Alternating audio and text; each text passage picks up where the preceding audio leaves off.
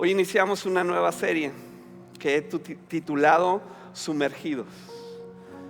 ¿Puedes distinguir a un bebé que su mamá lo está sumergiendo en el agua? Sumergidos. Qué sensación, sobre todo cuando hace un calor terrible, que gracias a Dios creo que ya está pasando. Pero ¿cuánto se les antoja en ese calor terrible, en plena canícula, decir, híjole, me quiero meter al agua, a la alberca? Pero luego me acuerdo que no tengo alberca y se me pasa. Pero me meto por lo menos un regaderazo. Pero la sensación de sumergirte en el agua fresca que te rodea, baja la temperatura. Wow, qué increíble sensación, como la de este bebé, que míralo, si distingues, está hasta con una sonrisa. ¿Qué significa sumergido? ¿Que está bajo del agua o de otro líquido? Que tiene la atención concentrada en algo. O está sumergido en el agua o algún líquido, no se me ocurre otro, pero en el agua. O tiene la atención concentrada. Decimos, está sumergido en su trabajo, quiere decir que lo absorbe. Está sumergido en sus estudios o en el deporte. Es como que ya perdimos a esa persona porque está sumergido en ese proyecto que está llevando a cabo. La acción de sumergirse implica estar rodeado completamente de aquello en que nos hemos sumergido, rodeado completamente. Y por lo tanto, lo conocemos a fondo y experimentamos verdaderamente sus atributos, características y cualidades. ¿Por qué? Porque nos rodea. Arriba, abajo, hacia los lados. ¿Cuántos recuerdan que si estás mucho tiempo en el agua, las manos se te ponen como arrugaditas, ¿verdad? Y eso es precisamente lo que significa bautismo. Es un término que distinguimos en la iglesia. Significa sumergirse. No solamente ser bendecido con un poco de agua, sino sumergirse. Y enfocamos el bautismo únicamente en esta expresión de agua, pero sumergirse es uno de los fundamentos de nuestra fe cristiana. Sumergirse. Mira cómo nos lo dice el autor de Hebreos. Hebreos capítulo 6 nos dice: vamos adelante a la perfección, en el fundamento del arrepentimiento de obras muertas, de la fe en Dios, y dice, y de la doctrina de bautismos. Lo dice en plural, porque hay más de un bautismo que la Biblia nos enseña. Este fundamento del bautismo, una doctrina esencial en nuestra vida cristiana, que es importantísimo de conocer y experimentar en el día a día. ¿Por qué? Porque así como el agua nos refresca, el creyente es refrescado en esta verdad de Dios. Este fundamento de los bautismos tiene varias expresiones, por eso la Biblia lo menciona en plural, lo cual significa que existen varios bautismos que el creyente experimentará al inicio y durante su nueva vida cristiana. ¿Cuántos son? ¿Cómo son? ¿Y para qué son? El primero es el bautismo. Te puede sorprender, pero el primero es el bautismo en el cuerpo de Cristo. Es el primer bautismo que recibimos los creyentes. Habla de integrarse a una nueva familia. Sin dejar nuestra familia natural, ahora Dios nos sumerge y nos integra a una familia espiritual. ¿Y cuál es el propósito de este bautismo? La formación del carácter cristiano. Y como formación de carácter entendemos que de ahí tomamos identidad, servicio, cuidado, corrección y enseñanza. Viene un segundo bautismo, el bautismo en el Espíritu Santo. Glorioso bautismo que es experimentar la vida sobrenatural de Dios y tiene como propósito vivir en el poder de la resurrección.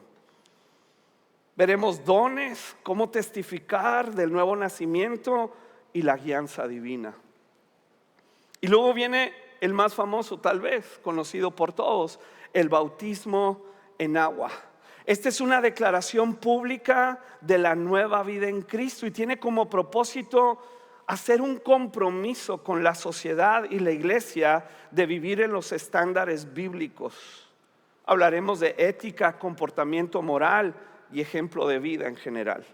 Y por último, y no tan famoso y deseado, pero por el que pasaremos todos, es el bautismo en sufrimiento. Es la identificación del creyente con los padecimientos de Cristo. Ojo, te quiero adelantar que no es la tragedia, que no es la enfermedad, ni es la escasez. Son los padecimientos por el nombre de Cristo, por haber puesto nuestra fe y confianza en Él.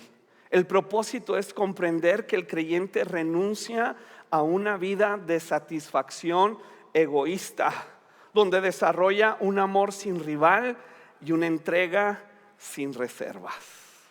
¿Están listos? Hoy veremos el primero. Sumergidos en el cuerpo de Cristo, la iglesia. Wow, este me encanta, es de mis favoritos.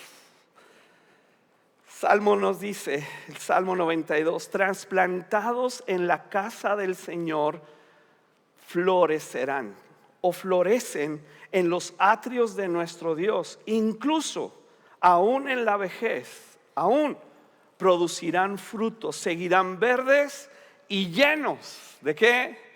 De vitalidad. Es muy triste que conforme avance el cristianismo, nuestra vida en el Señor, perdamos vitalidad. ¿Qué necesitamos? Comprender que en el momento de nuestro nuevo nacimiento espiritual en Cristo, Dios nos bautizó, nos sumergió. No es algo que nosotros decidimos hacer, así como no decidió un bebé que acaba de nacer pertenecer a la familia y sumergirse en la identidad de esa familia. El Salmo nos está diciendo la clave para fructificar aún en la vejez y en situaciones difíciles, estar plantados en la casa de Dios. Así que después de nacer de nuevo espiritualmente, necesitamos una familia para crecer. La salvación es individual, es intransferible. No le puedo dar yo a mis hijos mi salvación, ni puedo creer por otro ser humano. Pero después de este acto soberano de Dios de salvarme al poner mi fe en Él, después de ese acto, todo nuestro crecimiento espiritual depende de pertenecer, de integrarnos en el cuerpo de Cristo. Mira cómo dice Jesús del nuevo nacimiento.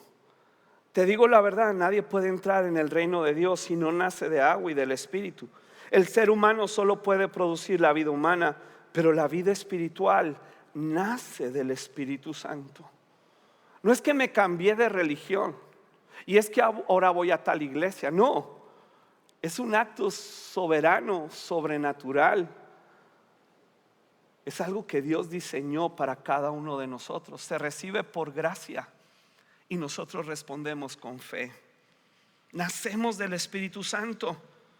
Así que no te sorprendas cuando te digo tienes que nacer de nuevo. El viento sopla hacia donde quiere, de la misma manera que oyes el viento, pero no sabes de dónde viene ni a dónde va. Tampoco puedes explicar cómo las personas nacen del Espíritu Santo, por obra del Espíritu Santo. Y Pablo nos dice en su carta a los Corintios que todo el que pertenece a Cristo se ha convertido en una, fíjate, en una nueva persona o persona nueva. La vida antigua ha pasado, una nueva vida ha comenzado, y esa nueva vida, ese bebé necesita una familia. ¿Qué haría un bebé si después de nacer la mamá le dice: pues ya hice todo lo que pude por ti, 9 meses, me chupaste el calcio y todo lo que ya sabes? No te estoy asustando, pero ya sabes, se llevan media vida, ya es todo lo que pude darte. Mijito, aquí te dejo, estás por tu cuenta. ¿Qué sucedería con ese bebé? No sobrevive. La mamá lo tiene que arropar, el papá tiene que proveer y proteger. Va creciendo con tíos, abuelos, tal vez otros hermanos. Va comprendiendo lo que significa pertenecer, la función que tiene en esa familia, los privilegios y obligaciones. Y eso le va dando una formación de carácter. Recibe instrucción, recibe corrección, recibe amor, recibe oportunidades, está cuidado, tiene una identidad clara. Este es mi apellido, yo pertenezco. Lo mismo sucede cuando nacemos de nuevo. Necesitamos una familia espiritual. Por ese motivo Dios nos sumerge recién nacidos espiritualmente en su familia.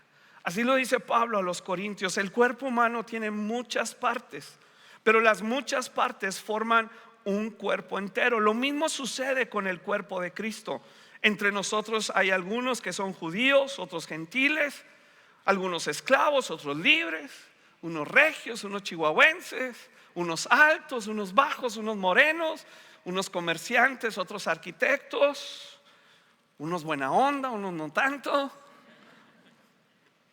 Pero todos, puedes verlo conmigo, pero todos fuimos bautizados, sumergidos en un solo cuerpo por un mismo Espíritu Santo, y todos compartimos el mismo ADN. Por eso en algunos lugares y de repente nos llamamos hermanos. ¿Por qué? Porque tenemos el mismo Padre, fuimos engendrados por el mismo Dios y pertenecemos a la misma familia. Y no solo eso, estaremos juntos por la eternidad. Hoy no me digas eso. Ay, esa risa nerviosa. El propósito de este bautismo es la formación del carácter cristiano en el nuevo creyente, el cual va creciendo y desarrollando los rasgos característicos de quien lo engendró. Así como un niño que va creciendo y mira, se parece a su papá, mira, se parece a su mamá, se parece a su abuelo. Así vamos creciendo en nuestra familia y vamos diciendo: hoy se parece más a Cristo, ama más como Cristo, perdona más como Cristo, pasa las ofensas como Cristo y da su vida por los demás.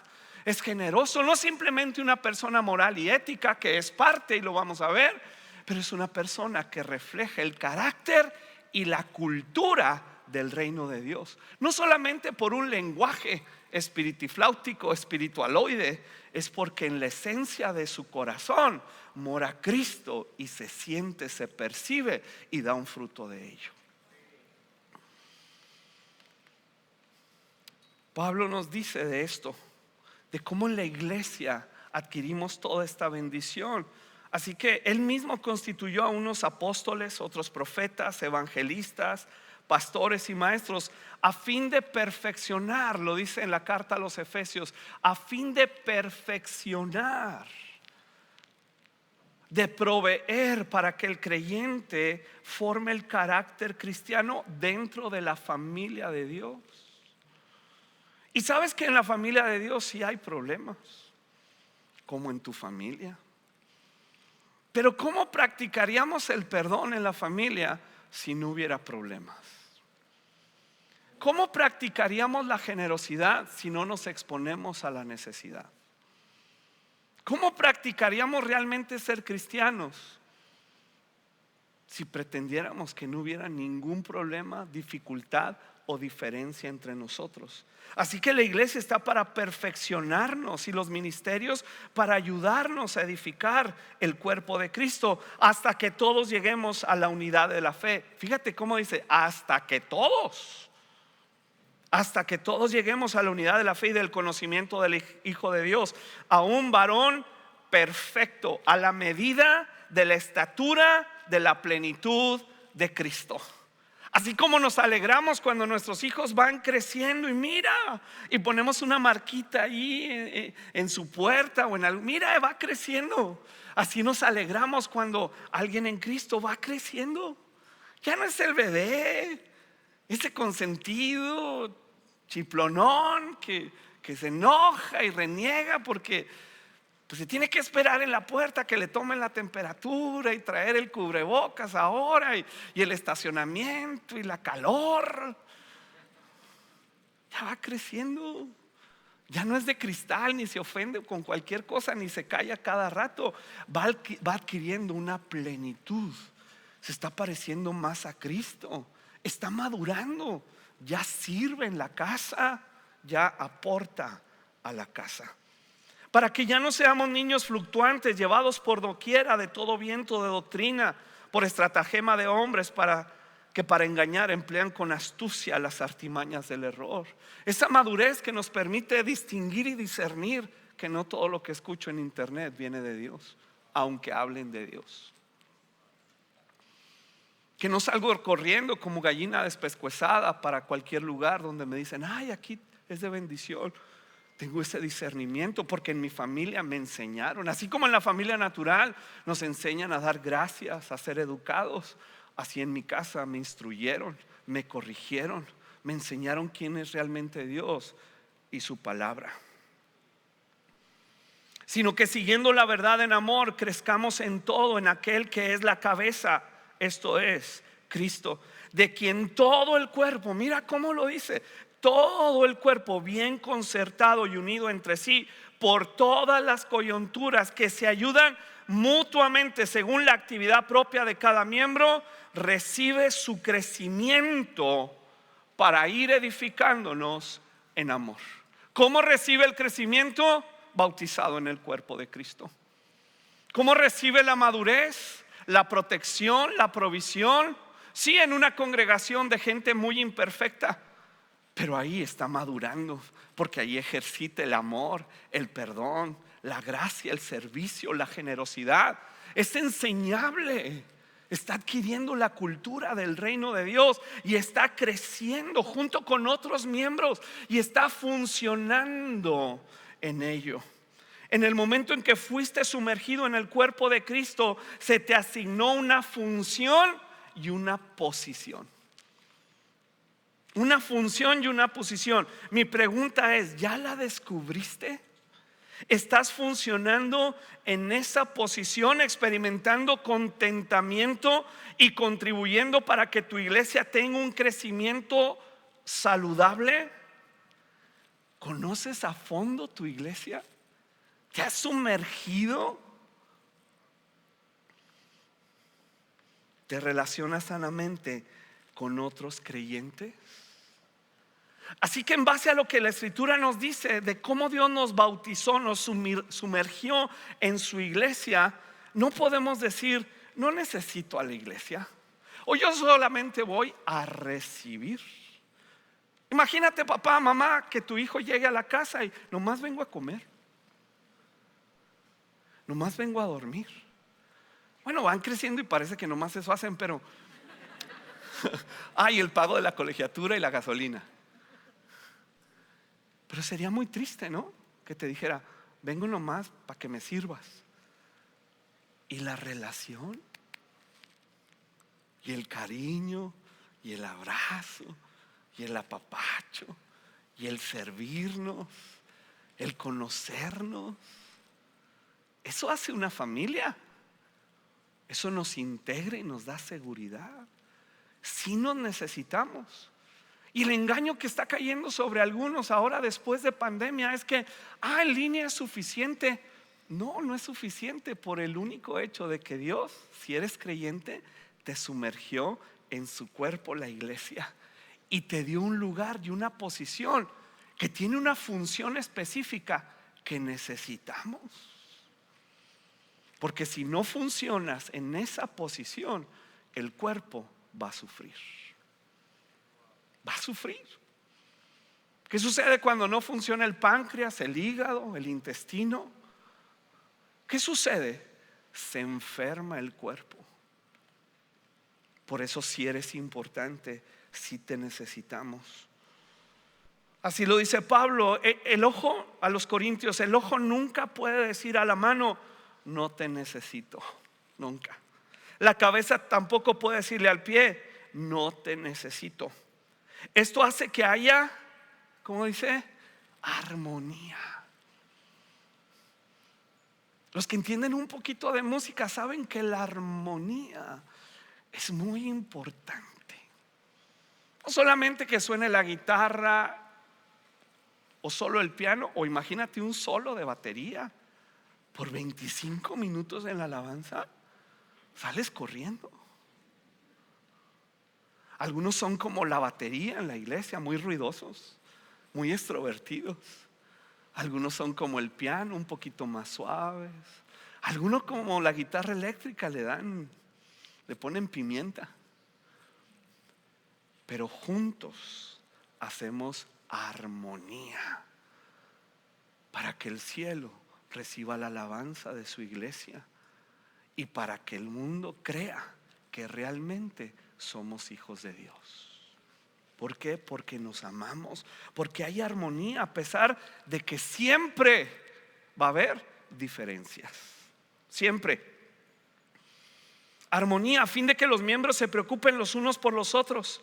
Si una parte sufre, las demás partes sufren con ella. Y si una parte se le da honra, todas las partes se alegran. Qué bueno, qué bendición que lograste eso. Qué bueno que estás creciendo. Todos ustedes en conjunto son el cuerpo de Cristo y cada uno de ustedes es parte de ese cuerpo. Tenemos una imagen del cuerpo. La tendremos por ahí. Esta imagen del cuerpo, del interior del cuerpo, ahí está, mírala. Te fijas que cada órgano está sumergido. El corazón no le puede decir al hígado o al estómago o al riñón, no te necesito cuando te quieras ir. No te puedes ir. ¿Cómo es que te vas a ir? Y luego, ¿qué hacemos? Con los dones, talentos, con tu personalidad, introvertida, extrovertida. Eres batería, haces mucho ruido, bienvenido. Eres un piano suave, bienvenido. Eres muy bienvenido, porque si eres hijo de Dios, has puesto tu confianza en Cristo para la salvación de tu alma, Dios te integró ya a su familia. Conoces tu posición y que eres una bendición en potencia para el cuerpo de Cristo. Ser sumergidos en la iglesia, me ayuda el piano por favor. Ser sumergidos en la iglesia nos permite experimentar la máxima expresión del amor de Dios en nuestras vidas y comunidad cristiana. Si me lo dejas un momento, me gustaría que lo volvieras a leer y meditar. Ser sumergidos en la iglesia nos permite experimentar la máxima expresión del amor de Dios en nuestras vidas. Dios ama a cada uno de nosotros como si cada uno de nosotros fuera la única persona a quien amar. Sin embargo, la máxima expresión del amor de Dios se da en comunidad, no se da en soledad. Y se da en alguna medida muy grande, muy grande, como muchos lo hemos experimentado, sí a solas con Dios, pero no es la máxima expresión. Mira cómo lo dice el apóstol Juan, el discípulo amado.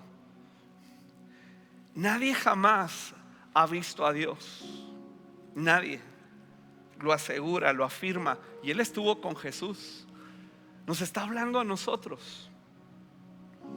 Pero si nos amamos unos a otros, Dios vive en nosotros y su amor llega a la máxima expresión en nosotros. La máxima expresión. ¿Cómo experimentar la máxima expresión del amor de Dios? Sumergidos, sabiendo cuál es nuestra función, nuestra posición en el cuerpo de Cristo. En un sentido, es más fácil amar a Dios que a las personas con las que convivimos día a día. Es mucho más fácil decir, yo amo a Dios encerrado en un closet. Sí, es muy fácil. Pero decir, yo amo a esa personita, a esa persona que me ha fallado, ofendido y decepcionado, y ese es nada más alguien que está sumergido. Es alguien que sabe que tiene una posición y no puede salir corriendo. Yo aquí voy a estar y voy a permanecer. Y tú estás a mi lado y yo te necesito. Y tú me necesitas. Y he recibido cierta desilusión, desatención, lo que tú quieras. Pero yo pertenezco a la familia de Dios y no voy a renunciar. Porque todos sabemos que en el momento en que un órgano decide salirse del cuerpo, si tuviera esa capacidad, ¿qué sucede con ese órgano? Se muere. Y el cuerpo peligra para morir también. Por eso la única manera de conocer esta máxima expresión del amor de Dios es cuando nos perdonamos, cuando nos abrazamos, cuando nos servimos. Por eso en Convivencia te decimos, ven a servir al Señor. Tendrás 30 años de cristiano, no importa. Mi hígado tiene 51 años y sigue jalando. No sé cómo esté. Y los riñones, pues ahí la llevan. No es como que a los 50 años, no, yo ya serví mucho. Si eso sucediera, se enferma Luis. Entonces, aunque tengas 50, 70 años en el Señor, tú tienes que servir, porque Dios te ha dado una posición y una función, y nos estás negando de esa bendición. Te necesitamos. Y al descubrir tu posición, tienes contentamiento, porque no todos vamos a estar en la plataforma. No todos vamos a tener un lugar de, como dicen en algunos lugares, liderazgo. Aquí no usamos esa palabra, liderazgo. Pero estamos contentos. ¿Por qué? Porque lo mínimo que yo puedo hacer, que es mínimo a los ojos de los demás, hace que el cuerpo, mira, armonice. Suena hermoso. ¿Y cómo sabemos que suena hermoso? Cuando el Espíritu Santo nos da el testimonio de la armonía y sentimos paz en un lugar, y sentimos alegría y deseo de estar en ese lugar. Y entonces el cuerpo se va desarrollando y va creciendo, porque todos estamos funcionando, siendo bendecidos y bendiciendo a otros. Al estar sumergidos en el cuerpo de Cristo, también aceptamos la corrección. Híjole, lo voy a volver a decir. Al estar sumergidos en el cuerpo de Cristo, también aceptamos la corrección. ¿Qué sería de un hijo que crece en nuestro hogar sin disciplina y sin corrección?